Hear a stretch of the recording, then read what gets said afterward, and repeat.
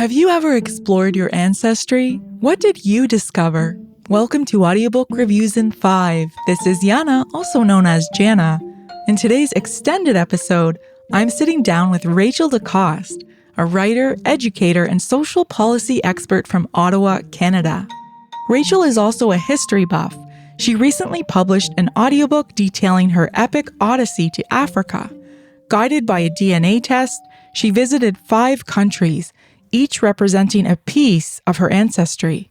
In our chat today, Rachel shares highlights of her audiobook, Year of Return, A Black Woman's African Homecoming, which I've linked to in the show notes. Rachel also weaves insights from her travels into fascinating connections to technology in her life's work. She highlights her childhood adventures in coding, her work as director for the Congressional App Challenge during the Obama administration, and making her mark as the student founder of one of the first fan websites to go viral.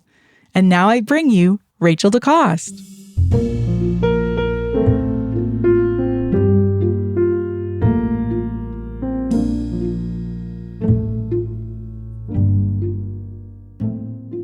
Welcome to the podcast, Rachel. Thanks so much for coming on Audiobook Reviews in 5 minutes. I'm really excited to share your story today. Thanks again. Thank you for having me. You have a new audiobook that you published in February, I believe. It's all about your story, your journey to Africa, to West Africa specifically. And it's based on your DNA test results that you took. You got genetic test results. Tell me a little bit about that experience and then how that led to you wanting to travel to West Africa. So as a descendant of enslaved Africans, my parents are from the Caribbean. I know what island they're from, obviously. Mm-hmm. But beyond that, we don't really know where we're from. The Haitian folklore says that we're from Guinea and Abomey. Abomey is where the origins of what we call voodoo in North America. And Guinea is just in the folklore. But when you look at the map, there's actually 3 Guineas in Africa: Guinea-Conakry, Guinea-Bissau, and Equatorial New Guinea. Mm-hmm. And the folklore doesn't say which one. So it's always been a question mark, like what part of Africa did my ancestors come from? We know that there aren't many records. They didn't keep records. And DNA became a way that I could perhaps pinpoint some of the places where I might go where people look like me. Mm-hmm. It became the key to solve this mystery. It's so interesting because it's a relatively modern technology. You've grown up in Canada. You have, of course, a great awareness of your ancestry, and your parents, of course, are from Haiti, so they've talked to you about their family and their stories. When you think about how you approached your trip, what ideas or preconceived notions did you have about what to expect when you got there in terms of linking who you are and your identity to the ancestry?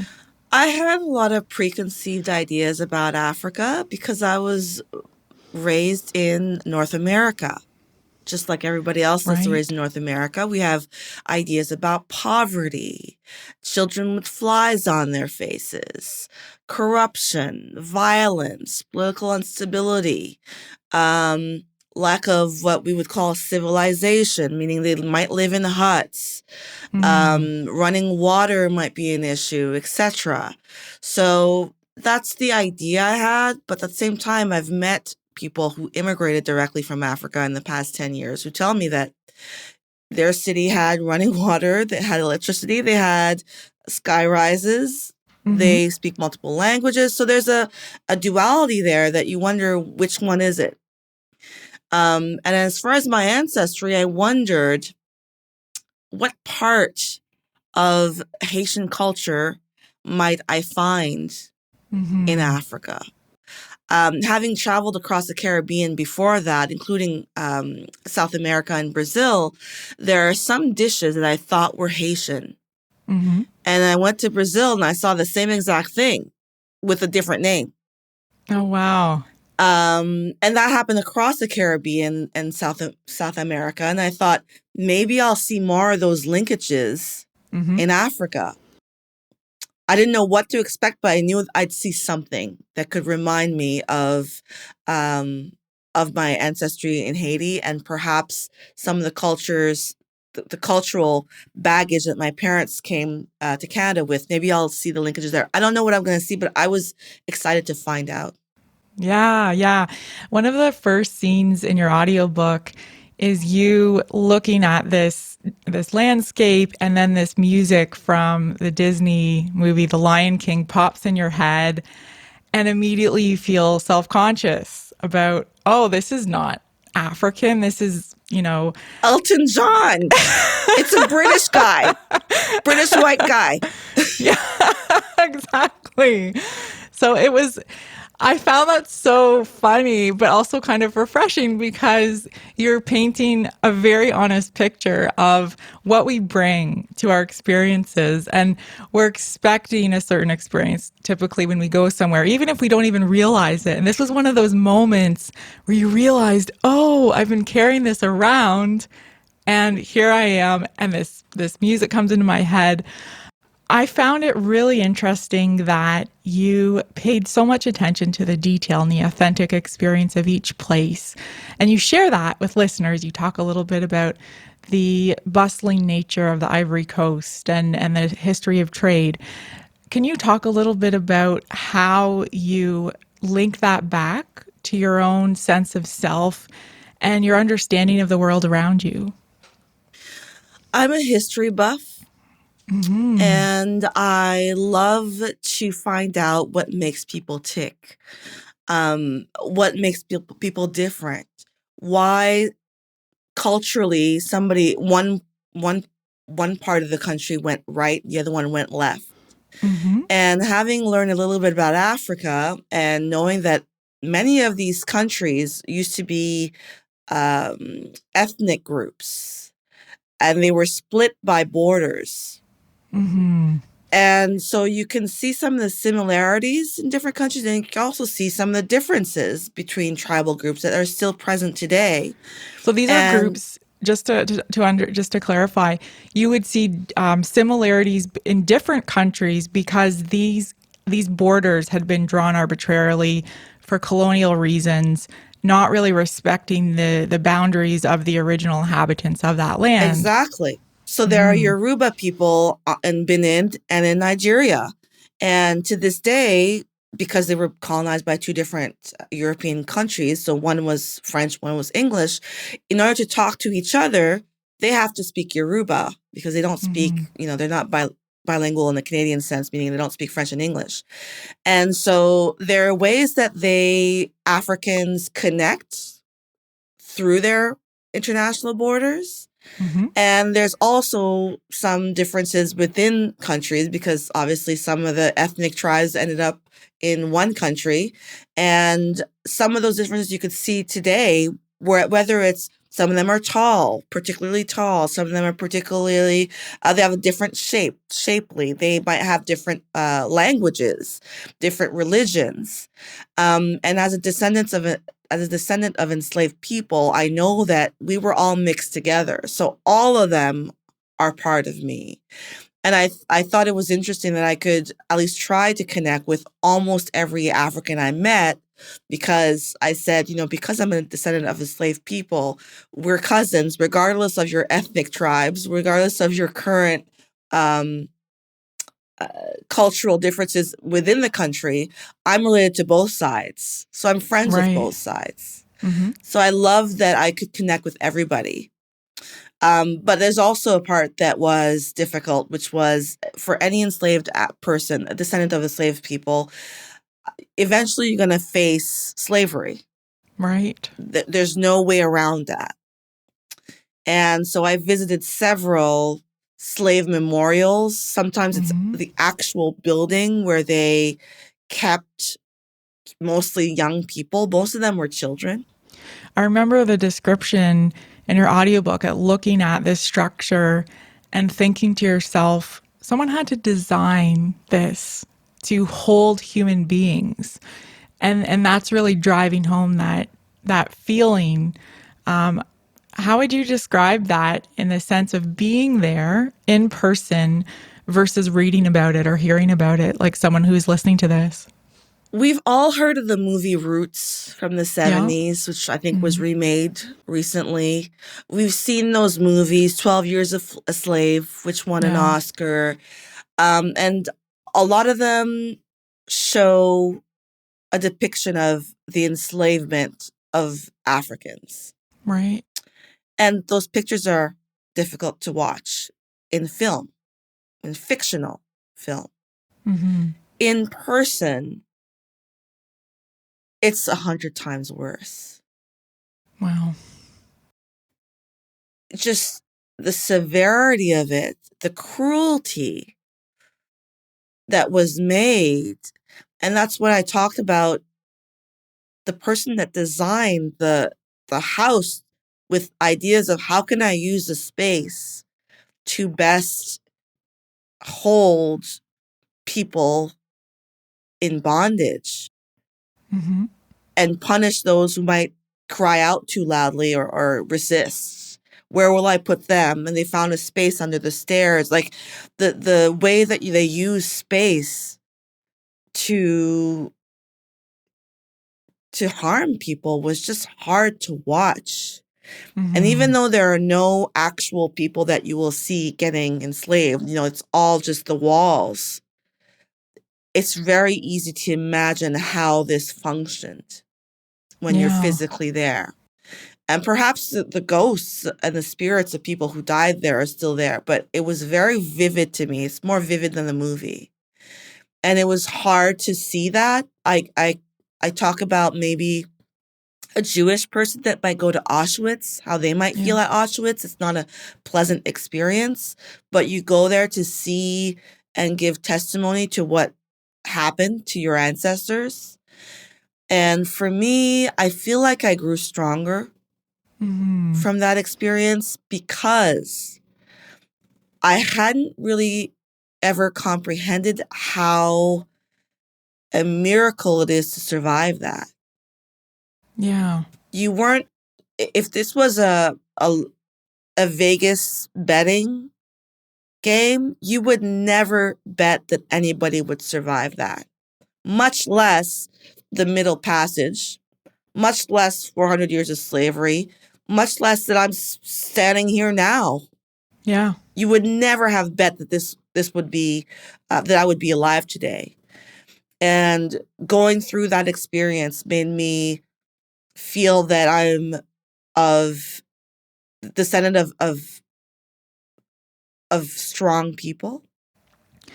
That was an interesting theme that I really liked actually about your book as well, that I think we have all seen images and films about slavery, but the poignant side that often well, maybe not always gets overlooked, but sometimes gets overlooked, is this sense of endurance and strength and resilience.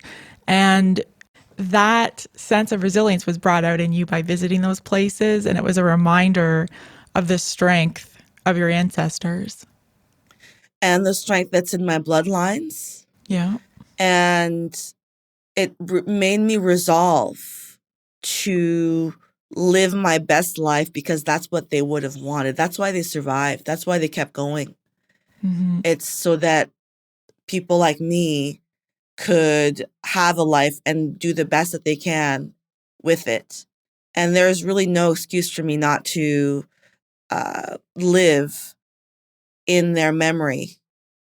So it was a real moment of clarification for you, like this Clarity, crystallizes. empowerment, Yeah. and just pride, really. Pride that Yeah. I can't believe that my ancestors went through that and survived. I could barely survive visiting. There's a moment in one of these slave castles, and I hate the word castle. That's what they call them in Ghana, where they put the whole crowd of tourists in one of those holding cells, and they close the door and they shut out the light, and we're there for literally 30 seconds. Wow. It's the longest 30 seconds of your life. You start sweating. It's hot. You start sweating. And we weren't even, there's only 20 of us. Back then, they put 200 of people in there. But it just gave you, even in that 30 seconds, it gave you an inkling of what that must be like. And all of us came out of that room, and you could feel the sigh of relief even when they turned on the light and opened the door. But that was a good experience to give people a sense of how difficult that time was for those people who lived and those who died. Do you think there was a difference in how slavery was perceived and survived and overcome in Africa versus North America? Are there differences in how North Americans think about it versus Africans, would you say, or at least in those countries that you visited? My sense is that some African countries view it as a tourism magnet.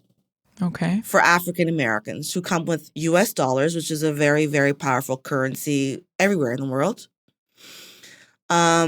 Because their ancestors weren't enslaved. They don't get as emotional as I would get because it's not personal to them. So yeah, I felt like there's money to be made in this for them. And it's not necessarily a personal experience that gets them emotional the way it does me and most people who go visit there. And it's also an external problem. It's an American problem. It's a European problem. I don't feel like most Africans take ownership of the role that they would have played in having this institution happen and last for 400 years. So there's definitely ownership that's not there in Africa, that's more in North America or the Americas in general. Yeah, and I did feel like they're making money off of this. They're happy to see tourists come. And I think the year I went was called the Year of Return. Ghana declared the Year of Return 400 years after the slave trade started in the United States. And pretty much it was a way to get more tourism and more money into the country, first and foremost. That's hard to imagine because to put the words tourism and slavery together, it's not something that we would typically see here. But you made such an effort to go out of your way to see things that weren't the typical tourist experience of what some people would consider African tourism. Can you talk a little bit more about some of the other experiences that stayed with you in the book? The audiobook, for example, you have some great experiences in open air markets, I think, shopping for fabric, for dresses, looking at different types of street vendor food, shopping for all kinds of things. Can you talk a little bit about that? So I think most Europeans go to Africa for the animals, the big five. Yeah. I went to Africa for the people. That was my main goal. So I wanted to live with people. Mostly I rented apartments or rooms in a house where I could mingle with the regular people as opposed to a hotel where you're a little bit far from the average person. I wanted to walk the streets. I wanted to take the public bus with the chickens. What was that and like? The goat. That would have been very cacophonous, I imagine. It's fun. It's an adventure, and you're just doing it how the regular people do it. The chickens just all they do is do the little sound. It's not like they're gonna hurt you or anything. I just think it's funny that there's a goat on top, and that's how they travel with their food. And it's a story I could tell later. But I did go to Africa for the people. Now, when you go to the market in Benin, particularly, is the biggest market in West Africa. That's right. And it's like 5 football fields. And it's kind of scary because you don't want to get lost in there. So that means I have to go with an escort. Because my skin tone, so in Canada, I am dark-skinned. But in West Africa, I'm Mariah Carey. So I don't blend. They know that my skin tone is not a normal West African skin tone. Obviously, some of my heritage is also French, from France, because that's who colonized Haiti. And so I'm a little bit more light skinned, so they can tell I'm not from there. That's before I start speaking. Yeah. Even when I tried once to get my hair done, I got my hair done by African braids women. It still didn't fool anybody. I got African clothes done, still didn't fool anybody. And I also, one thing that apparently made me look like a foreigner is that I have to wear sunglasses because the sun is so bright. I just can't take it. My Canadian eyes are used to no sun. So it made you stand out. It made me stand out. So I did go to markets with, especially the big markets, with an escort to go shopping for fabric or food or something special. Shopping for fabric is its own science. They have different quality fabrics. The pattern might mean something. The colors might mean something. And even when you pick a fabric, it might not go with what you'd like to make. Like, for example, if you're making a long dress, some fabrics don't really go with long dresses. Some of them are better for pants. I still don't get it, to be honest. I let the guide me. And to be honest, sometimes he picked fabrics that I was like, I don't like it, but I'll trust you. And when it made it into a dress, it looked nice, but I would never have known. Interesting. So they know how this works. There's also times where I went to have supper this is in Ivory Coast, which was very organized. They have a section of town for the outdoor, what we would call food trucks, but without the truck. Okay. And you pick what you want, and they make it, and they give it to you so it's a takeout place. And I remember specifically going to one at around 5:00 because that's lunchtime in the United States. I was working for an American company, and I asked for my food, and the woman says, "Just wait a moment." I know where this is going because I listened to the book. I wait a moment and a moment and a moment, and like 45 minutes passed by. Now I have an hour lunch. Like, I got to get going. But I asked the woman, "So, what's going on? Is my food?" "Oh, it'll be ready in a moment." So, for two conclusions. First of all, the way that we employ the English or French language here doesn't necessarily mean the same thing there. The management of time is not the same thing over there than over here. And you should order your food. You should take control of the situation. Order your food. Go back to work, come back later when it's ready, maybe pay ahead of time, figure out a way, but don't let them manage your time because you're going to be late for work. Yeah. And you were on a clock, right? Because you were working on American time, essentially, trying to keep Washington, D.C. time. Yeah. New York time. Yes. One of the things that I was told is that we, quote unquote, Americans are always about time. And we are. I never thought of myself as a time person, but when you work, you have to show up on time. Your lunch is supposed to last exactly an hour or less, and you have expectations. You can't just not show up at the meetings. And I had sometimes trouble managing time, and on evenings and weekends, I would just let them control the time because I didn't have a deadline. But definitely that's a huge difference. And I make the link with Aboriginal people because Africans are Aboriginals in Africa. Sure.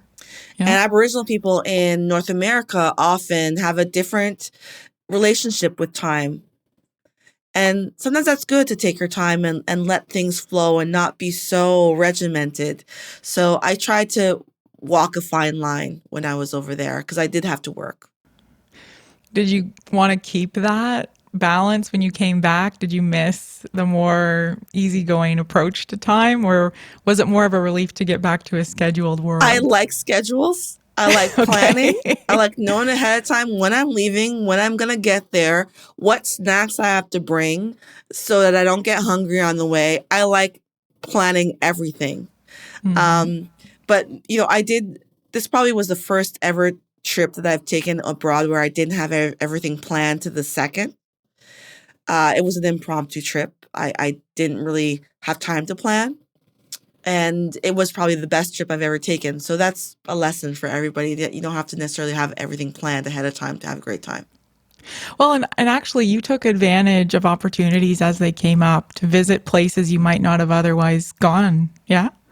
Definitely, one of the things you want to do when you're in Africa or any country, the big cities have their charms and their conveniences, but they are often Americanized, westernized. Hmm. And if you want the soul of a country, you have to go to the interior, to the smaller towns that haven't been affected by colonization or influence of the West. So I took every opportunity to go out to the country, to see smaller towns, to accompany my hosts maybe that's going to see their business partner or their grandma. I'm like, let me go with you, and I want to see the real thing and experience and have a more authentic experience.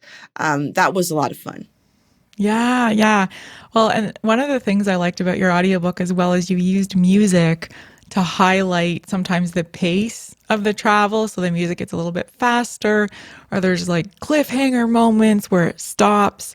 This isn't typical in audiobooks, but I personally thought it added quite a lot to the performance and the listening experience. So when you think about how you're using music to enhance or amplify what it was like to travel, can you describe a little bit about that choice and why you used music to bring to life your experience? I will give all credit to my producer, Think Audio. He's the one that had that idea. He's the one that wanted the music. I thought it was great. It did add extra drama to my dialogue, and that was all his idea. I just went for it. I thought, I'm not an expert in audiobooks, so let me let him lead. And we innovated this together. The idea originally was to write a book on paper, and that takes forever. Mhm. And talking to a mic takes less time. So we decided to go with the audiobook first. And it's been a success. But that was really his idea, and I loved it. I love it too. And you just mentioned, and I think this is interesting as well, this book didn't come out as a written form first, which is not typical for audiobooks. Usually we tend to see the ebook even come out before an audiobook. How did your process work? Did you write notes or bullet points and then you kind of, did you write a list of notes or an order of events and then you spoke to that? Or did you have a script that you used? How did you record the audiobook? This was a fly by the seat of your pants operation. So the whole reason the whole reason this even came about, the audiobook, is that first I blogged or Facebooked my trip to Africa while I Mhm. was there. So you had in the moment In the experiences that you, moment, or usually at night when I got home, because there's no internet everywhere where I go. So at night when I go home, couple pictures, couple comments, funny stories that happened today. That was chronicled on my Facebook. right? And my friends were just fascinated. I never got as many DMs from friends and family saying, and this is the one friend that really made me think this is a story that needs to be told. She's a friend from university. She's from small town Ontario, not the biggest world traveler at all. Um, Not interested in going to the third world at all. And she told me she sat down on weekends with her child, her teenage daughter, and they would go back and read every single comments, watch every single picture, and Wow. follow along with me because it was kind of like appointment, not appointment television, but appointment Facebook. And I That thought, is, wow, if she's interested, and at bated breath, this is a story that goes beyond race, beyond cultures. Mm-hmm. So I thought, let me write a book about it.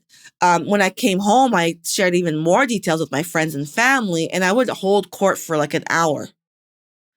Wow. And so a friend of a friend who's friend with the audio producer talked about my story, and he says, this is so fascinating. I had to meet this woman. We met through internet because of COVID. Sure. And he's the one that suggested that I skip the book. I still write the book, and whatever time that takes. But he said, you should put that on audio right away. It's such a fascinating story. He was interested personally, and that's how it came to be. And I said, let's go for it. So he came to my house. We created a studio out of a closet. And I spoke in the dark for 6.5 hours, pretty much chronologically. Mm-hmm. And sometimes I would forget something and I would say, okay, let's go back to Togo and talk about this. I forgot this detail that was interesting. And he put that all together into an audiobook. Well, I would never know because it sounds so professional. I wouldn't think this is someone reading in the dark in their closet, ad lib. So if anyone's interested, I definitely encourage you to check this audiobook out. It's on Rachel's website. I'm going to link to it in the show notes as well. And Rachel, I think you're interested actually in writing a written version of the book and in bringing out some of the stories, enhancing some of the narratives with more detail or characters, context. What would you like to draw out more if you look back at the audiobook and what you initially put down? What would you emphasize or focus on more in a written version? So the written version will have even more stories that didn't make to the audiobook. The audiobook could have been like 20 hours. I have so many cute stories to tell. So I want to include more of those in the book. And what I really would like to add in the book is the historical content, meaning I can, instead of saying, this leader, there's a statue, this is a quick story about him, I could go into more detail into the years that he was active, links maybe. So I feel like there's a historical context that I did not get into as much in the audiobook that I would like to add to the book, the written book. And perhaps I've thought about this, we don't know, but some of the characters I meet in the audiobook, I see things from a North American way. Mm-hmm. And some of the African people that I met that I'm still friends with, they have a different perspective on what occurred. Oh, can you give an example? I got a little border situation in Ghana that was a little bit scary for me because I don't understand what they're saying. I'm just hoping, am I going to jail or prison? I don't know. But the locals among each other, they know each other's languages. They can, even if it's not their native language, they can understand most of what's being said. There's eye contact and innuendo that they understand amongst themselves. And I don't understand anything. Okay. And now that I've spoken to people that were present at my little border issue, they have a whole different perspective on what happened. Yeah. And I think that might be interesting to add in the book to see, this is the North American way of seeing this incident that was scary. And this is the local version that might be actually funny because they know that perhaps this is a bit of theater. They know that somebody might be watching, that they can't just let you go because the boss is there. Had you gone a couple hours before or after and the boss wasn't there, you would have just, paid $5 and moved on. Right. So there's a lot of those things where in hindsight, now that I've spoken to people, they're like, that's not really what happened. This is what. Interesting. And I think that would be cool. You mentioned that sense of, being detained almost. And I was detained. I don't want to. I was not allowed to move. You weren't allowed to go. It felt, I interpreted it that you were feeling a little scared. Like, where's this going? So it would definitely be interesting to hear a perspective that indicates actually this was just a bit of theater probably you would have gotten out in a few minutes. You would have gone on your way. That would be interesting. Or they were to hear never for going to sure. arrest you. You were never going to go to prison. Yeah. That wasn't You were never in danger. Exactly. But I don't know that Yeah. at the time. I'm just wondering, Sure. oh my God, am I going to call my parents long distance? They're going to fly all the way out here to save me. They're going to be so mad. Oh no. We told you to stay out of trouble all the way in Africa. So all's well that ended well. Nothing bad happened. But at the time I was scared. As I explained in the audiobook, I was very fearful. Well, thankfully, it was not anything to be afraid of in the end, and you did learn that eventually. I just waited it out for a couple hours, and then everything was fine. But I at the time I didn't know. Yeah. And you were traveling much of the time, or at least in the audiobook, you talk about your travels with someone very special that you developed a much closer relationship with. But at the time when you first met, Honoré, and I'm saying it with an English accent, apologies for my lack of French accent there, you initially thought this is a person I can trust as a guide because he was receptive to your feedback. Initially, he had an opinion, I think, about a relative who was in Canada, and you had explained to him that maybe his ideas about what it meant to move to Canada wasn't quite what he thought. And he showed receptiveness to this and receptiveness to your ideas. Can you talk a little bit about that initial interaction with Honoré? So many people in foreign countries in the developing world have preconceived ideas about the West. Just like we have preconceived ideas about Africa, how they're all poor and living in a hut, which is not what I saw. They have ideas about us, about our wealth, about we all live in big houses and money falls from the sky and the life is great and we have big cars. Sometimes they have no concept of, I pay a lot of taxes. Like not all the money I make comes to in my pocket. The house that I'm living in, that's quote unquote my house, it actually belongs to the bank for the next 20 years. Like it's not really my house. And if I don't pay, the bank takes it back. The car might be a lease. Like there's a lot of stuff that they don't really understand because it's not part of their reality. Right. And when they have a relative who might be lucky enough to meet somebody and they whisk him away or her away to North America, to the promised land, the land of milk and honey, this person apparently ascends to royalty or money, and you would expect that eventually they would send some back. And he had, even though he doesn't need anything, he had expectations that this woman would help him out sometime, maybe Christmas. Sure. And she never did.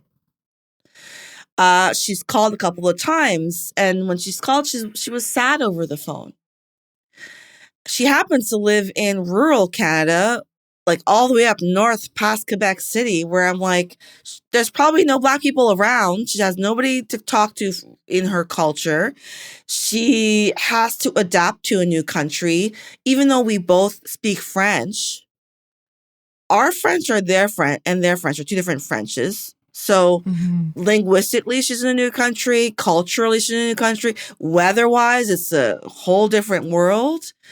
And she doesn't work yet because she has to go to school like many immigrants. You had to go to school and get a piece of paper because they don't believe your piece of paper from back home. So she might not have a job. And you have your hand out, not understanding the context of where this woman is. And I just put this together by listening to what he said about her. I don't know her personally, but I just imagine that, you're asking the wrong person for her handout. She needs help now. She needs support in her transition to becoming a productive member of society with a job and enough money to send back. And she has a child, means she has no babysitter to help her out. And you, Honoré, you live with your family in the compound. There's 16 aunties that can take care of your kid when you decide to go away on business or whatever, or you can't get home on time to pick them up from school. You have all this help. You might be better off than she is right now. So I told him that in a very blunt way. And to my surprise, he was receptive. And he ended up communicating with her and renewing a friendship with her and offering even just moral support. I'm not saying that he can, babysit on the weekends for her, but at least be there morally to say, I understand that your life might not be easy right now. It'll get better. And I don't want to be the extra burden with a handout. Sure. And then I think the interesting thing here is this conversation, which was very frank, and you were revealing some ideas that he might have taken offense to or gotten defensive about. He didn't get defensive because he spoke with her, like you said, and he came back to you and he said, you know what? Actually, you're right. And this was the beginning, at least the way it's framed in the audiobook, which I love. It's like, this is the beginning of this really wonderful relationship that starts to grow between you two. And you also describe this experience of sitting down for a meal together. And for you, in your mind, it's a very small, casual, it's convenient. It's convenient to eat together. But again, there's this experience of saying, in his culture, this is special. This is a way of bonding, of sharing intimacy. Definitely. So that's what I was talking about before about there's different perspectives here, and I only have my perspective. When you invite somebody to lunch or to dinner, in many West African cultures, it is a gesture that means something. It means you're fostering a relationship. You don't just invite just anybody to dinner. Right. Whereas for me, I'm like, you're here, I'm here, I got time. Let's just, you're not going anywhere. Why don't we just sit down? It doesn't mean anything at all to me. And I don't want to give away the spoiler, so tell me if you want to cut this out. But I think it's so romantic that you and Honoré end up getting married. And this is just such a wonderful surprise. I was not expecting this in the audiobook. And you talk a little bit about that experience, and I don't want to give away too much for listeners because I think they should listen to this book for themselves and experience it. You had said many times throughout the book, I'm an independent woman. I don't need to have a husband or children, because you'd been asked about this, of course, by many people in Africa, men especially. And you ended up with the love of your life. Yes. You say it's a surprise in the audiobook. It was a surprise to me too. Mm-hmm. I told the story as I lived it. It was a shock to me too. I'm not looking for love. I'm not looking for a partner. I'm good. Yes. And he just literally fell on my lap. Literally just fell on my lap on the sidewalk when I was asking just a stranger for directions. And that blossomed into a relationship. I love that we met and were in a working relationship at the beginning. Mm-hmm. It reminds me of Bridgerton, actually, if I'm being honest. Oh, Netflix, where they're just business. It's strictly business. We don't like each other. It's not even a thought in anybody's head. It's just a business relationship. And I think that gives room to be honest, to be yourself, your authentic self, when you don't have to try to impress anybody, when there are no expectations. And, I walk around without makeup. I don't care. I'm not trying to impress you. And he's not trying to impress me either. And through that being authentic, I think that's when we can be, you can get to know somebody for real very quickly. Yeah. And that's what happened. I love that, because initially, as listeners, we're hearing about you travel while you're working, and it ends up being this incredibly personal experience for many reasons, but especially because of this wonderful relationship. And I'm so happy for you. That's a wonderful way to wrap up the story. I want to revisit the idea of modern technology. You take a genetic ancestry test, and technology plays a key role in your life and career. And listeners might not know this, but you actually helped lead the Congressional App Challenge during the Obama administration.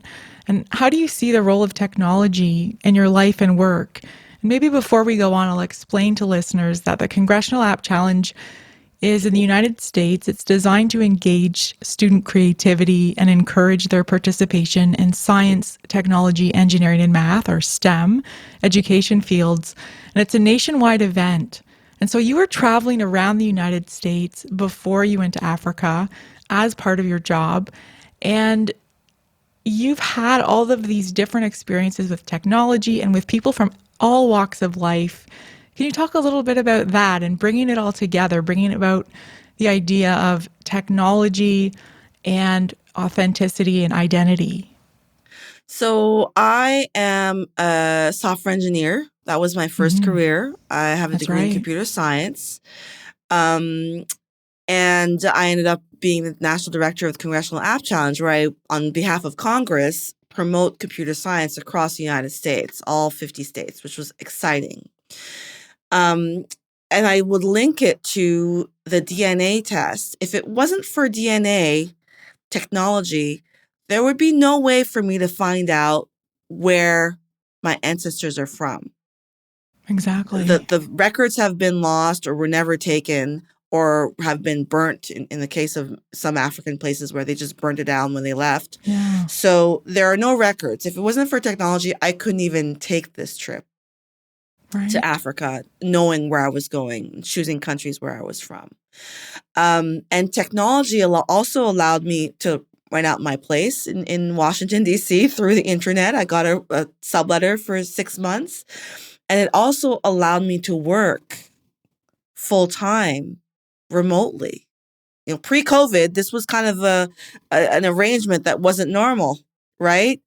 And Exactly. through technology, having the internet access in West Africa, I was able to work. So technology plays a role in my life, in my career, in this story. And it's a positive, for me at least, it's been a positive way to enhance my life. Really, whether it's my career, whether it's the DNA test, whether it's even being able to take out my BlackBerry and take pictures as I'm traveling through the country, and almost all the pictures I have are from my phone. I didn't actually have a big camera. So all of that is thanks to technology. Technology brings us together. I think it brought a lot of people together when they were following me on Facebook. That's right. So technology has made the world smaller, and it got us connected, I think, in ways that weren't possible 20, 30 years ago. Yeah. Technology is how I got to do this audiobook with you know, that's how I distribute the audiobook. It's through the internet. There's no store that has it. You have to go through online. So technology's been really a driving force in every one of these adventures. Yeah, it's opened up so many doors for you and for many people, of course. And after your travels and the perspective that you've gained from that, what are some of the limitations you see us placing on the role of technology or on ourselves in North America? And how would your experience in travel frame that perspective? So technology does have limitations. As I said before, being there physically in those spaces where your ancestors walked cannot be digitalized. No. And so there is room for that in-person experience. The conversations I had with everyday Africans, where we talked about our lives, our shared history, the political issues that are happening in Africa, you can't digitalize that. That couldn't have happened on Facebook. Sure. You know, certain places, No. actually, they're not comfortable speaking truth to power online because there might be consequences. But when you're at dinner or sitting on the porch at night conversing with the guard, that's when he feels comfortable telling you some of his real life challenges and hopes and dreams. So technology does have its limits. It's a key. It can open the doors, but then you have to walk in. Yeah. Do you see us limiting our use of technology or using technology in a way that limits us, though? Like maybe there's a way we could be using technology to connect differently that we're not using because we think of technology for certain purposes and we're used to using that. So, for example, technical people, the stereotype is, the hoodie wearing person, usually a guy in Yeah. Silicon Valley. You traveled in all kinds of places, I'm not limiting just to your specific travels in West Africa, but throughout the United States. And you saw so much enthusiasm and appreciation for what technology can do. Yes. So my job in the United States, working for United States Congress, it was a non-partisan job. I worked with Republicans and Democrats. I worked with Silicon Valley members of Congress and Arkansas members of Congress. Coming into that position, I had preconceived notions about which members of Congress from what parts of America would be more enthusiastic about promoting computer science among their youth. And I was wrong. Number one, tech today is not just your phone made in China and the apps that are from Silicon Valley. Technology is everywhere. It's in the bank, the teller, the ATM machine that you use all across the nation. It's in even rural areas. When we think about farming nowadays, a lot of farming has been digitalized, meaning we don't just water crops whenever. We have technology taking in the weather patterns and whether it'll rain tomorrow, so you can be more efficient with your water usage. Sometimes some of these machines that are managing the crops are actually big robots that they program to go around the crops and water or fertilize or something like that. So there's technology in almost all facets of our lives. There's medical. The medical field is digitalizing a lot of operations that are done remotely nowadays through robots. So it's getting to be pervasive in everything that we do. And I was happy to see that rural America is also, and Republican, usually rural means Republican in most of the United States. Sure. They're just as enthusiastic about having youth adopt this knowledge as the people in New York and Silicon Valley and Houston. That was a refreshing thing to see because I think, and this is what I used to say all the time, is that I'm trying to promote the idea that we want our youth to have the skills for the jobs of tomorrow. This wave is not going to end anytime soon. And we don't just want China and Korea to be building the tools. We want to have our people also be at least tech, not just tech savvy, but having the knowledge to build their own. And I also saw that in the developing world. I think some people might have heard of M-Pesa, which is a way to use telephone, older telephones to send money and pay for bills. So that's the way that they're using technology over there. And I'm sure as they get more and more digital, they'll use hopefully they'll have more ingenious ways of using technology to make their lives easier. There is a fear that we become so tech dependent that, when we have a power outage, a flood, and we have no power for a couple of days or months, that, some of us can't function. That's a little bit worrisome. But generally, I think it's a good thing that we're getting more efficient and more transparent using technology. Yes, absolutely. And you've talked a little bit now about your past in terms of your career and your focus, as well as your travels and your personal journey. So I'd love to hear what's next for you. Talk a little bit about your next projects. Yeah. Well, the good news is the first chapter of my book will appear as a short story in the upcoming Chicken Soup for the Soul. Sorry. The subtitle is I'm Speaking Now. Black Women Share Their Truth in 101 Stories of Love, Courage, and Hope. That comes out in June. That's the next big thing I'm doing. Aside from finishing writing my book, I will be, hopefully after COVID, there's going to be more traveling. with my spouse and my child. We'd love to see the Caribbean, maybe even go to Haiti to see the linkages that he might feel going to a country that his ancestors would have populated all those years ago. And just enjoying being a mom and enjoying life, really. I'm a homebody. I like just doing regular things, skating on the canal or jogging along the canal. I'm a soccer mom now.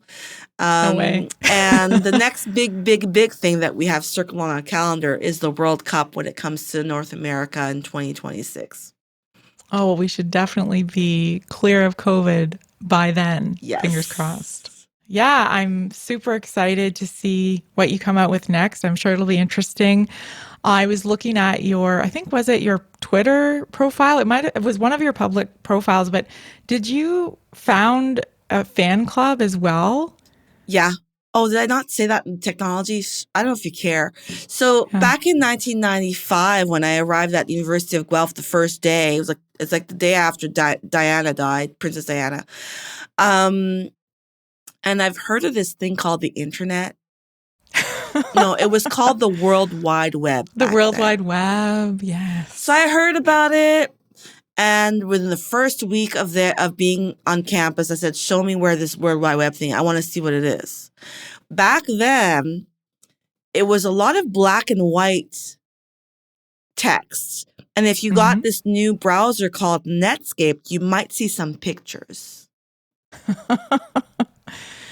Being in the computer software engineering discipline, I thought, this is technology. I should probably figure out what this is. It might become something in the future. Let me learn HTML, which is the language that you create websites with by hand. I taught myself HTML. The University of Guelph gave every student free web space on which they could put web content if they want. So I activated it, put some web content on there. But what am I going to talk about? I'm not going to talk about myself. I'm going to talk about my favorite person in the whole world, which is Whitney Houston. So I started a Whitney Houston fan website. This website became the biggest Whitney Houston fan site on the internet. I got millions of hits. At a certain point, they were like, I was taking some 30% of the web traffic of the whole entire University of Guelph was from my Whitney website. No way. They just didn't have a lot of other websites at the time. Mine was the one that came up when you searched on Yahoo. This is before Google existed. Yes.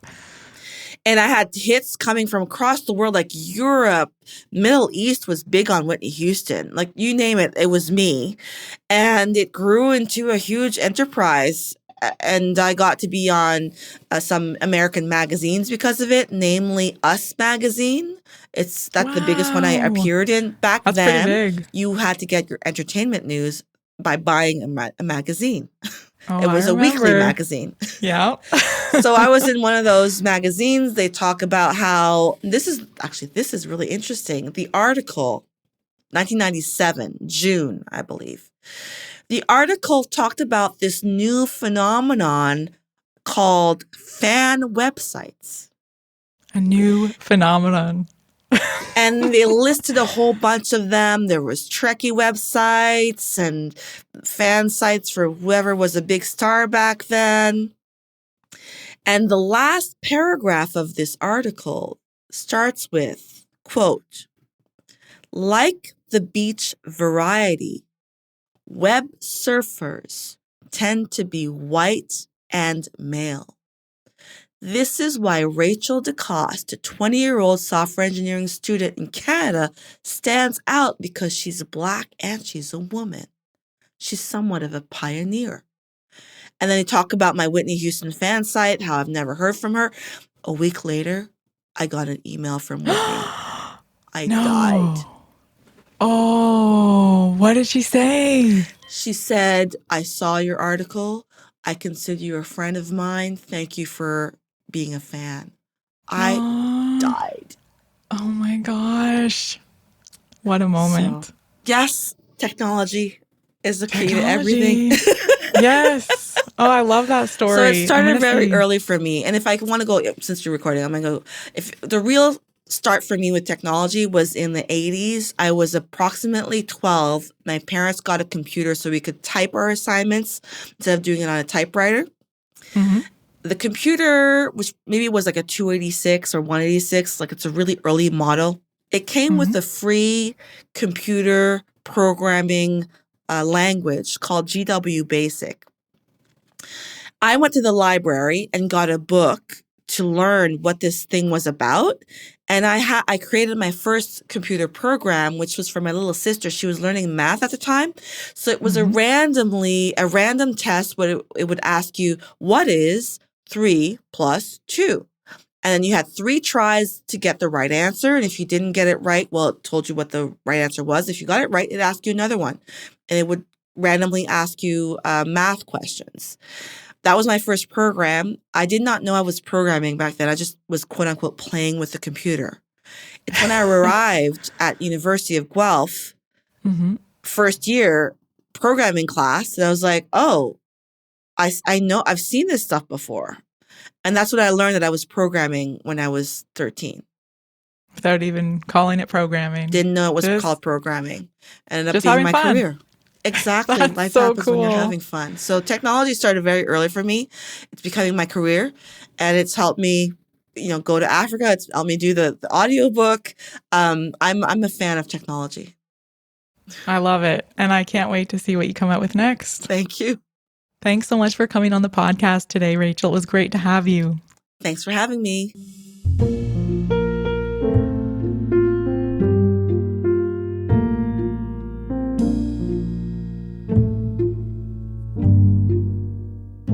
That's all for this episode of Audiobook Reviews in 5. Thanks for listening. If you've not yet done so, please follow us on Facebook and subscribe to Audiobook Reviews in 5 on Anchor, Apple, Spotify, and many others. By subscribing, you help increase the profile of this podcast and chances of other listeners finding it. I look forward to checking in with you all again soon. Please stay safe and be well.